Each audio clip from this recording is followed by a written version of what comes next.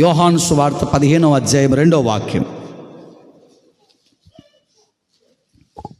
నాలో ఫలింపని ప్రతి తీగను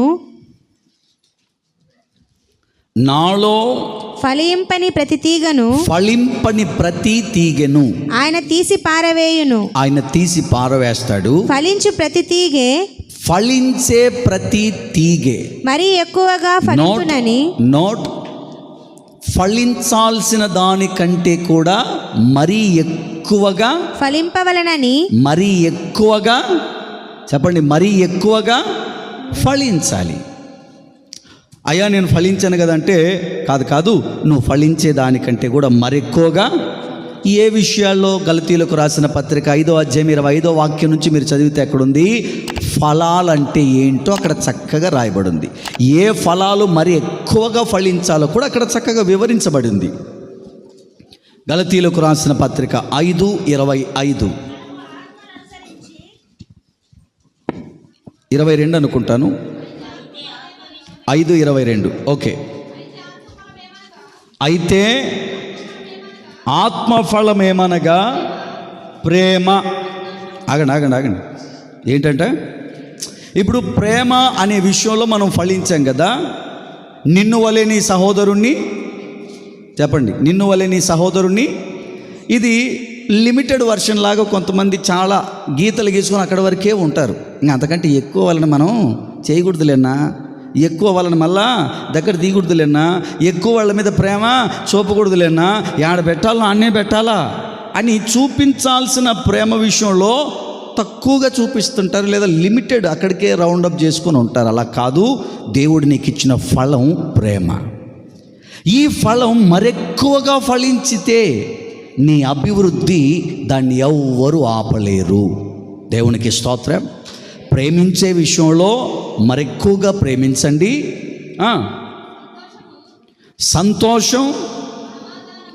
సంతోషం విషయంలో ఎక్కువగా హ్యాపీగా బ్రతకాలి. సమాధానం విషయంలో ఎక్కువ సమాధానాన్ని చూపాలి. దీర్ఘశాంతం విషయంలో ఎక్కువగా దీర్ఘశాంతం చూపాలి. దయాళుత్వంలో ఎక్కువగా దయాళుత్వాన్ని చూపాలి. మంచితనంలో ఎక్కువ మంచితనాన్ని చూపాలి. విశ్వాసంలో, సాత్వికంలో, ఆశానిగ్రహంలో మీరు చూపించాల్సిన దానికంటే ఎక్కువ చూపించాలి.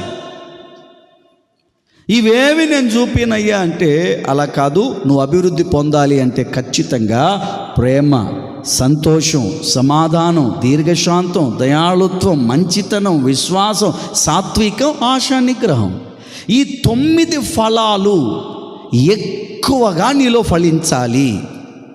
నువ్వు ఎప్పుడైతే వీటిని వెదజల్లే కార్యక్రమాన్ని నువ్వు చేస్తావో, సంపాదించుకునే కార్యక్రమాన్ని చేస్తావో, నీకైనా, నీ ఇంటికైనా, నీ కుటుంబానికైనా, నీ పిల్లలకైనా దేవుని నుంచి అభివృద్ధి అనేటటువంటిది వస్తుంది. దేవునికి స్తోత్రం. ఆత్మఫలాల్లో ఏం చేయాలంటే మరెక్కువగా, మనలో ఉన్న ఫలాలను మరెక్కువగా, చెప్పండి, మరెక్కువగా దీర్ఘశాంతానికి వెళ్తే ఒక్కోసారి మనం 100 క్రాస్ అవుతాం కోపంలో. 100 క్రాస్ అయిపోతుంటాం కోపంలో. కోపం వచ్చినప్పటికీ మామూలుగా ఉండదు ఇక ఎవరు. నాకు కూడా అప్పుడప్పుడు కోపం వస్తుంది, ఎవరికి తెలీదు. నాకు కూడా కోపం వస్తుంటుంది అప్పుడప్పుడు. 100 దాటుతుంటుంది, వెంటనే వాక్యం వస్తుంది నాకు అడిగి, కొంచెం దీర్ఘశాంతం, కొంచెం దీర్ఘశాంతం, కొంచెం దీర్ఘశాంతం, అర్థమైనా కొంచెం దీర్ఘశాంతం. సోత్రుడాయన కోపం వస్తుంది మనం సహజంగా మానవులం. కానీ ఏం చేయాలి ఆ టైంలో? లోపల ఉన్న మన ఫలాన్ని ఏం చేయాలా? చెప్పండి, లోపల ఉన్న మన ఫలాన్ని ఏం చేయాలా? దీర్ఘశాంతం అనే ఫలాన్ని ఎక్కువ పనిచేసేటట్టు దాన్ని పురిగొల్పాలి. సమాధానం పడాలి, సమాధానంగా బ్రతకాలి. సమాధానంగా ఉండేటప్పుడు కొంచెం లిమిటెడ్ వర్షన్లుగా ఉండకూడదు. అందరితో ఎక్కువ సమాధానాన్ని పంచుకోవాలి. ఎందుకంటే లోపల మనసులో పీస్ అనేటటువంటిది లేకపోతే పైన మనం సంతోషంగా బ్రతకలేం, కలతగా ఉంటుంది. అందుకని దాన్ని ఎక్కువగా ఖర్చు చేయాలి. సంతోషమైన, సమాధానమైన, దీర్ఘశాంతమైన, దయాళుత్వమైన, మంచితనమైన, ఈ మంచితనమే కొంతమంది మరీ ఎక్కువ చూపిస్తున్నారు. కొంతమంది అంటారు, అన్న నువ్వు మరీ ఇంత మంచితనం చేస్తే పనికిరాదు. ఏమంటారు? ఇంత మంచితనంతో బతికితే పనికిరాదంటే బయట పనికి రాకపోవచ్చేమో, కానీ బైబిల్లో మాత్రం పనికి వస్తుంది. స్తోత్రం చెప్పండి గట్టిగా. బయట మరీ మంచితనం పనికిరాదేమో కానీ బైబిల్లో పనికి వస్తుంది. ఎందుకు పనికి వస్తుంది అంటే నిత్య జీవం అనేటటువంటి ఆశీర్వాదం అతని కొరకు దేవుడు ఇస్తాడు. దేవుడే తన మంచితనం అంతా మనకు కనపరుస్తున్నప్పుడు మనం ఎందుకు మంచితనాన్ని ఎక్కువ కనపరచకూడదు?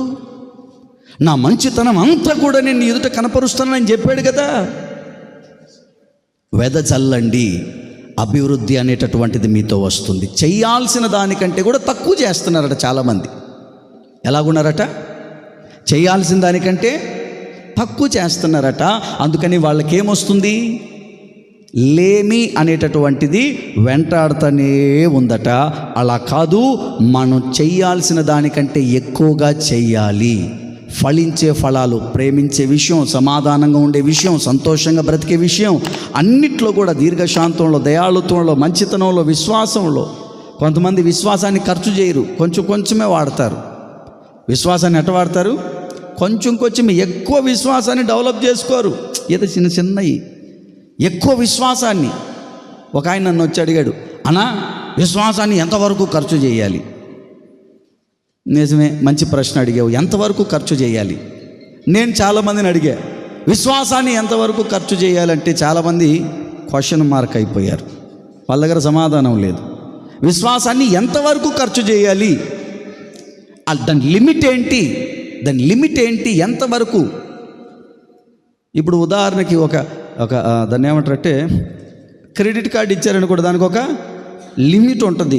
ఫస్ట్ 20,000 ఇస్తాడు, 20,000 వరకే వాడాలి, అంతకంటే ఎక్కువ వాడడానికి లేదు. అలాగే విశ్వాసానికి లిమిట్ ఎంత? ఎంతవరకు ఒక విశ్వాసి తన విశ్వాసాన్ని వినియోగించాలి దేవుళ్ళో? నేను చాలామందిని అడిగితే క్వశ్చన్ మార్కు, లిమిట్ ఏంటో మాకు తెలీదు. ప్రభుని అడిగితే ప్రభు అన్నాడు,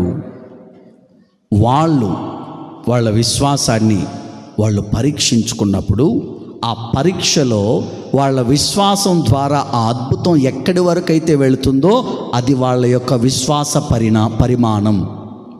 అది ఎక్కడ ఆగుతుందో అక్కడికి వాళ్ళు ఆగిపోవాలి.